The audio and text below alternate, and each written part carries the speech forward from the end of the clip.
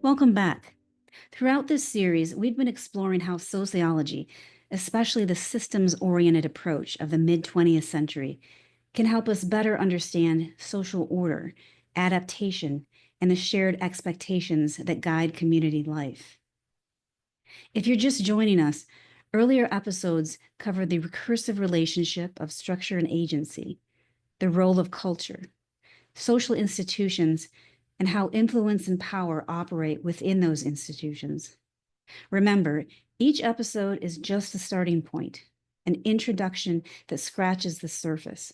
The goal is to spark your curiosity and invite you to explore the foundations of the discipline more deeply. Today's episode focuses on deviance. In sociological terms, deviance refers to behavior that violates the accepted norms of a group or society. This could include illegal actions, but it might also refer to behavior that's considered improper, surprising, or just out of step, even if not criminal. As an aside, there are also studies of positive deviance. Positive deviance refers to behavior that deviates from the norm but results in beneficial outcomes for a group or society, often by modeling solutions others have overlooked. Let's look at an example of how deviance emerges. Imagine a successful accounting firm where quarterly performance reports have always been treated as high-stakes deliverables. Over time, a few employees begin quietly shifting expenses between departments to smooth out irregularities. The reports still look strong, and no money is missing, but the data no longer fully reflect reality. At first, it's seen as harmless, even helpful, but eventually the firm finds itself entangled in reputational risk and internal confusion. This isn't deviance in the usual dramatic sense, but it reveals how small departures from norms, if left unexamined, can ripple through an organization. It also prompts us to ask, how did these practices emerge, and what should the group learn from them? What could have been done differently, and what to do now? Observing reactions to deviance helps us understand what the group values, how it responds to disruption, and why it changes or adjusts over time. Studying deviance is about understanding those who break the rules, but it's also about understanding the rules themselves, how they're made, reinforced, and occasionally rethought or even discarded.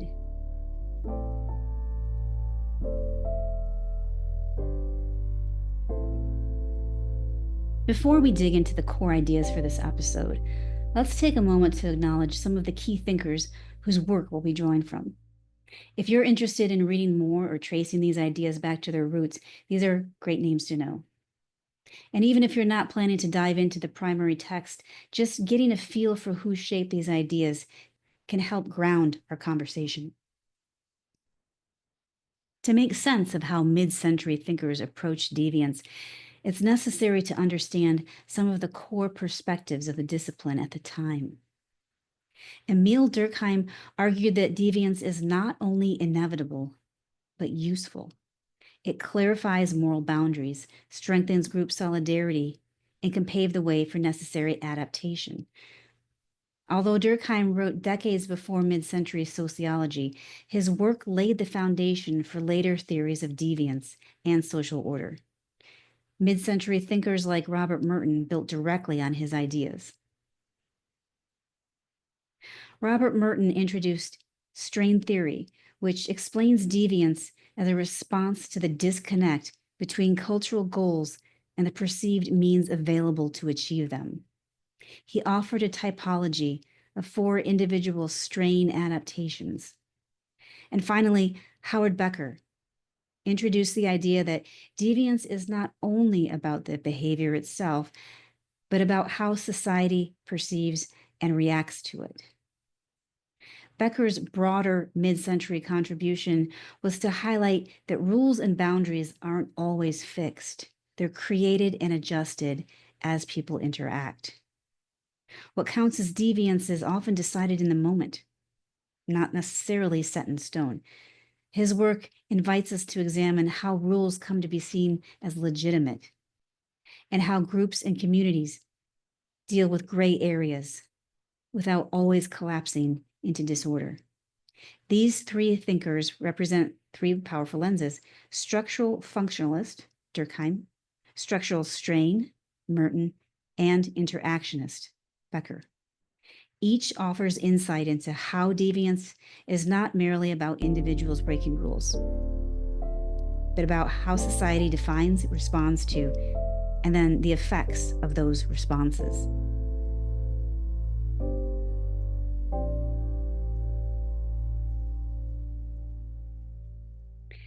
In the division of labor in society, Durkheim makes the striking claim that deviance, and even crime, is not only inevitable, but actually serves important functions for society. There is no society, he writes, that is not confronted with the problem of criminality. He goes further, stating that crime is normal because a society exempt from it is utterly impossible. According to Durkheim, deviance plays three key roles: clarifying moral boundaries. When someone breaks a shared rule, the group's response, whether formal punishment or informal disapproval, reinforces what's acceptable and what isn't. This can actually help maintain order by reminding everyone where the lines are. Second, promoting social cohesion. Public reactions to deviance, such as trials or shared outrage, can bring people together.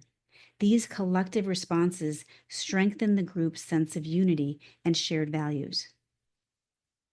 And finally, facilitating needed adaptations. While Durkheim emphasized stability, he also recognized that not all deviance is harmful, and occasionally people who break the rules may point to norms that are outdated for that particular social environment. In time, what once seemed deviant might come to reflect new understandings of morality in that context. Durkheim also introduced the concept of anomie, which refers to a breakdown of shared norms. When people no longer know what to expect or how to behave, such as during periods of rapid social change, rates of deviance tend to rise. In his later work, Suicide, he uses this concept to explain why certain forms of self-destructive behavior increase during economic upheaval or major social transitions. Unlike psychological interpretations that focus on individual mental health, Durkheim emphasized the role of weakened social regulation and disrupted collective norms. We haven't yet talked about dysfunctions in this series, but they're an important part of functionalist thinking. In functionalist terms, a dysfunction is any consequence of a social pattern that disrupts the operation of the system or undermines stability. While many institutions or behaviors, including deviance, can serve useful roles, they can also produce those unintended effects that weaken social cohesion or block other important functions. For example, deviance and anomie may serve certain functions up to a point, but when they become widespread or severe, they can threaten the very stability of the system, at which point they are considered dysfunctional. One of our key tasks as analysts is to examine the consequences of social behaviors, not just what they intend, but what they actually do. This includes asking to what extent a given pattern or act ultimately reinforced social stability or instead disrupted the system in ways that may undermine its survival. Importantly, functionalist analysis doesn't assume that everything that exists is good. It challenges us to look at both functions and dysfunctions, including those that may not be immediately visible. Durkheim's view helps explain why even the most orderly societies have rule breaking and how responding to deviance thoughtfully, rather than only punitively, can reinforce values and adapt systems to new pressures. It offers a useful framework for leaders and educators and institutions who want to understand the signals that deviant behavior sends rather than simply suppressing it. With this foundation in mind, let's take a deeper look at Robert Merton's contribution, which remains one of the most influential mid-century theories of deviance. In his 1938 essay, Social Structure and Anomy, Merton argues that deviance isn't simply a matter of personal failing. Instead, it's also a patterned response to misalignments between a group's goals and the perceived institutionalized means available to achieve them. So Merton begins with that distinction between two essential elements of a social system: cultural goals, or the things a group or society tells us to strive for, such as financial success, fame and status, or some kind of achievement.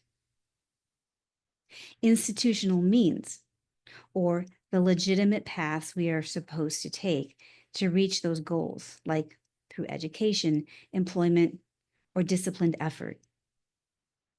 When these two components are in balance, most people pursue culturally approved goals through socially approved methods. But when they become jointed, or perceptions arise that they are disjointed, when access to legitimate means is blocked or limited, some people may feel pressured to innovate or deviate. As Merton puts it, the pressure of such culturally defined goals is not offset by an equivalent emphasis upon institutional means. In such cases, people may still believe in the goals, but lose confidence in the rules governing how to achieve them.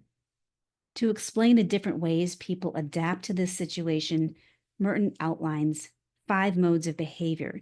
The first is not so much of an adaptation. It's the most common response: conformity. People accept both the goals and the means, and they continue working within the rules, even when success is slow or uncertain.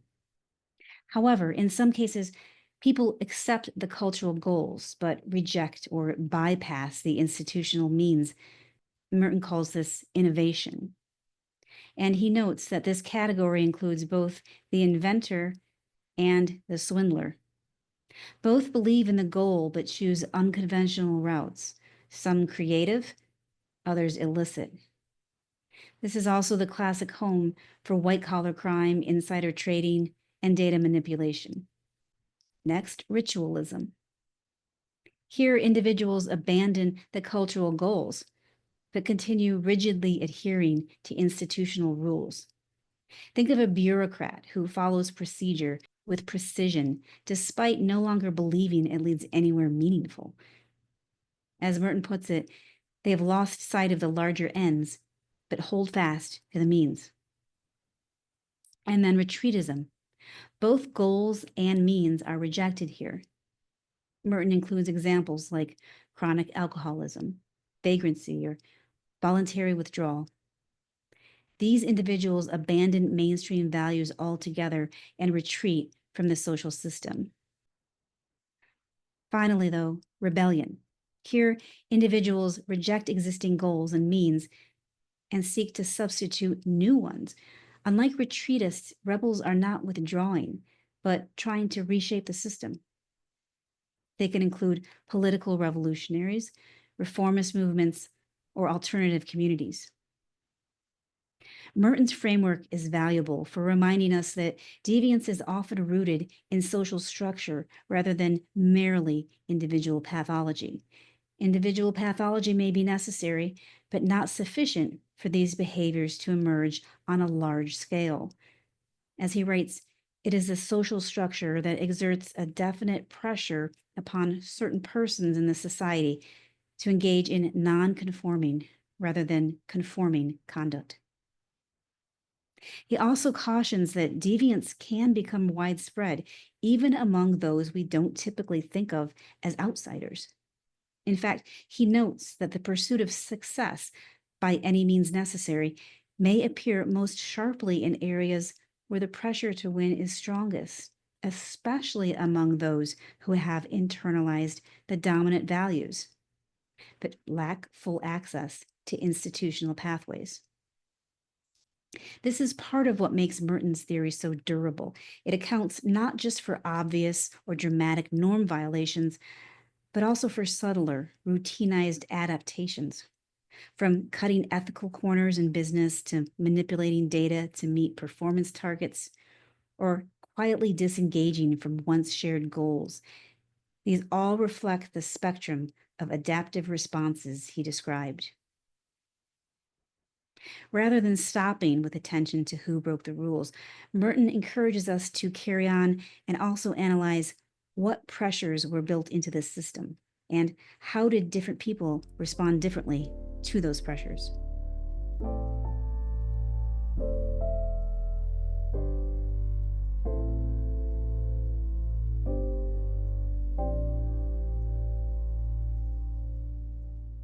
Finally, Howard Becker's work brings yet another dimension to our understanding of deviance, one rooted in everyday interactions. Although a mid century theorist, he is not regarded as a structural functionalist. In his 1963 book Outsiders, Becker asked how certain behaviors came to be labeled deviance in the first place, and how those labels then shape future behaviors. It's important to note that Becker wasn't saying all deviance is simply a matter of perspective or that labeling absolves responsibility. Rather, he emphasized often situational nature of social rules. In his words, social groups create deviance by making the rules whose infraction constitutes deviance. That is, deviance is a two-step process. A behavior occurs, and then it is noticed and categorized in a particular way by a group with the potential authority to define it. Becker is well known for pointing out that when someone is defined as a rule breaker, others may treat them accordingly, and opportunities to act differently may diminish.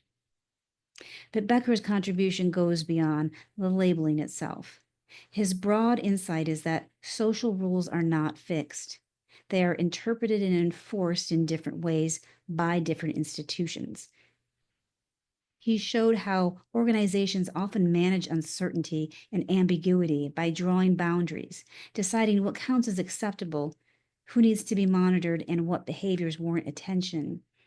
In this sense, deviance becomes a way of maintaining organizational clarity and institutional focus. Consider how this might play out in a workplace or social setting. Two people may commit similar acts, a missed deadline, a policy violation, but only one becomes the problem employee or problem student. That label may not reflect a difference in behavior so much as a difference in social context, expectations, or institutional needs at the time. Becker encourages us to ask how these judgments come about and what role they play in sustaining the group's self-understanding and functioning. So a sociological view of deviance helps us avoid knee-jerk reactions.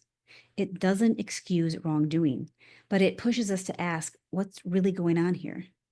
What are the ripple effects of how we recognize and respond to norm violations?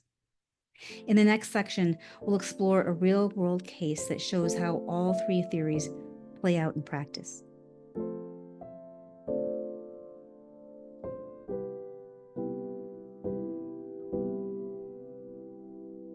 Let's turn now to a story that echoes headlines, but also plays out quietly in many institutional settings. It's the story of a city police department known for its community engagement, but now facing rising pressure to demonstrate effectiveness in reducing gang violence and increasing case clearance rates. In response to public concern and media attention, department leaders form a specialized unit with a focused mission: improve visible results fast. But from the start, the unit faces challenges: staffing shortages, backlogged technology upgrades, and a steep learning curve. Despite these constraints, expectations remain high. Weekly reports are scrutinized by city officials. and local journalists highlight clearance rates in evening broadcasts.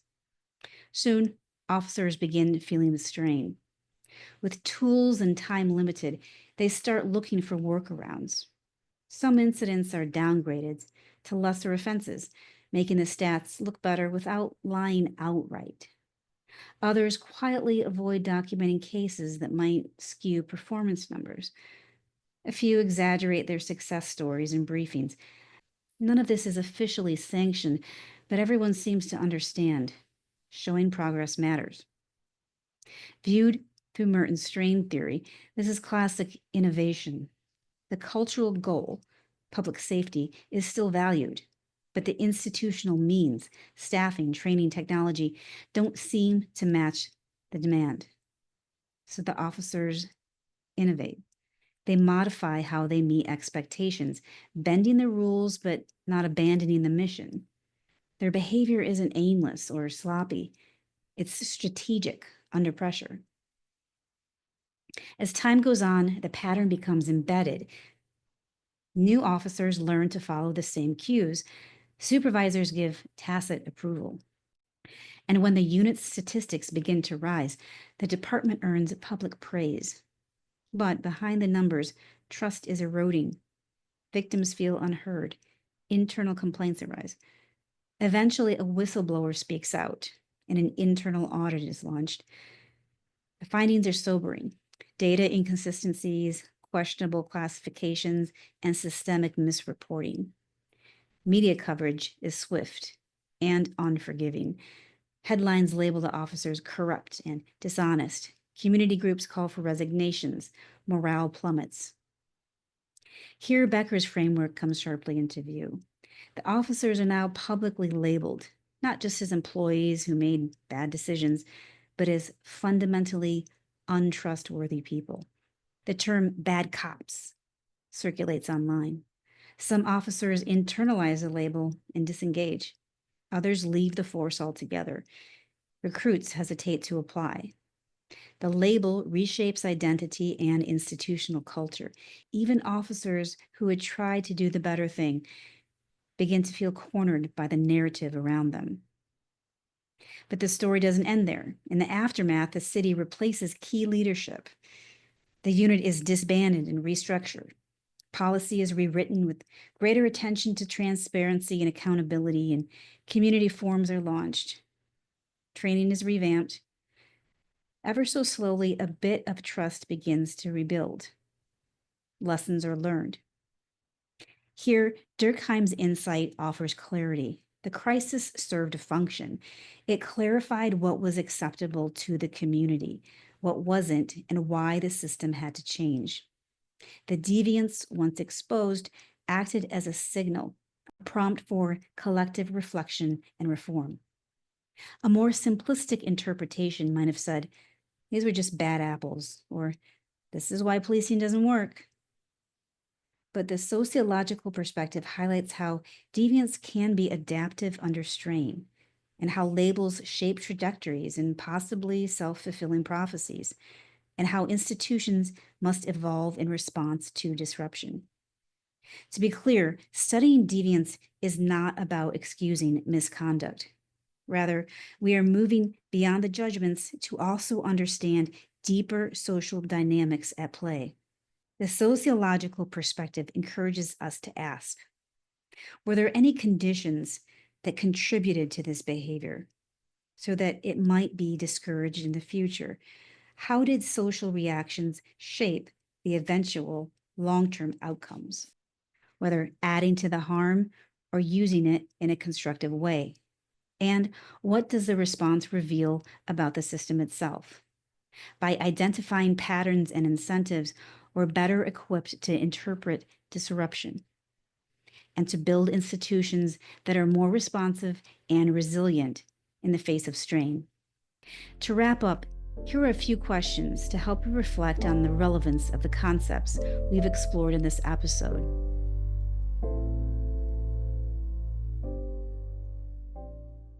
Have you ever seen a group improve or refocus after someone challenged the rules or expectations, intentionally or not? What allowed the group to learn from that experience instead of falling apart? Can you think of a time when someone had to adjust their behavior because the official path wasn't workable? Was this a positive or negative adjustment? What kinds of innovation did they turn to, and how was it received? Over time, which institutions do you think have gained or lost the power to define deviance in everyday life? And finally, when, if ever, do you think we gain by understanding deviance as an adaptive response rather than only a personal failure? In your view, could it ever help leaders, teachers, parents, or institutions make better choices when something goes wrong? Thanks for exploring these ideas with me. In our next episode, we'll shift focus from deviance to how social order is maintained through both formal enforcement and informal trust and relationships. See you in episode 7.